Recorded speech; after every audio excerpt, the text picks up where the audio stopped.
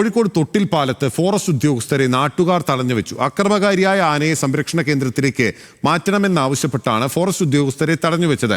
ഈ പ്രദേശത്ത് കാട്ടാനാക്രമണത്തിൽ ഇന്ന് 2 പേർക്ക് പരിക്കേറ്റിരുന്നു.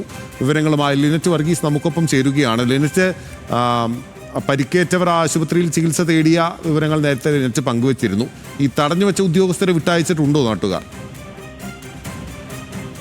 നിലവിൽ ഈ 3 പേരെയാണ് തടഞ്ഞു വെച്ചിരിക്കുന്നത്. അവരെ ഇതുവരെ വിട്ടിട്ടില്ല. 3 ഫോറസ്റ്റ് ഗാർഡുമാരെയാണ് അവിടെ തടഞ്ഞു വെച്ചിരിക്കുന്നത്. ഇന്ന് വൈകുന്നേരത്തോടു കൂടി 2 പേർക്ക് കാട്ടാനാക്രമണത്തിൽ പരിക്കേറ്റിരുന്നു. ഇതേ തുടർന്ന് ഈ ഒരു പരിസരത്ത് ബുദ്ധിമുട്ടുണ്ടാക്കുന്ന ഈ കാട്ടാനയെ എത്രയും പെട്ടെന്ന് സുരക്ഷിത സ്ഥാനത്തേക്ക് മാറ്റണമെന്ന് ആവശ്യം ഉന്നയിച്ചുകൊണ്ടാണ് ഇത്തരത്തിൽ ഒരു പ്രതിഷേധം നാട്ടുകാരുടെ ഭാഗത്തു നിന്ന് ഉണ്ടായിക്കൊണ്ടിരിക്കുന്നത്. അതുകൊണ്ട് തന്നെ